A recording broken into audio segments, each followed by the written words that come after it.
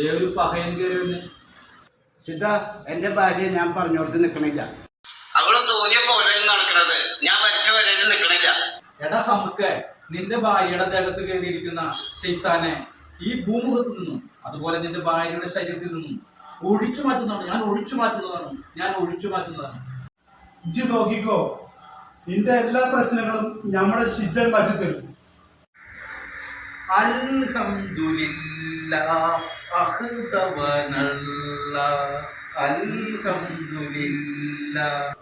നിന്റെ ഈ പ്രശ്നം ഇന്ന് തന്നെ ഞാൻ മാറ്റിത്തരുന്നതാണ്. മരുന്നെടുത്ത് എടാ, നീ ഒരു കാര്യം ചെയ്യണം.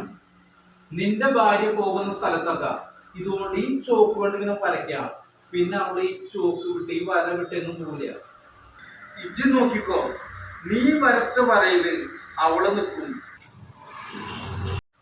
എടാ പകയാ, നീ വരച്ച വരയിൽ അവൾ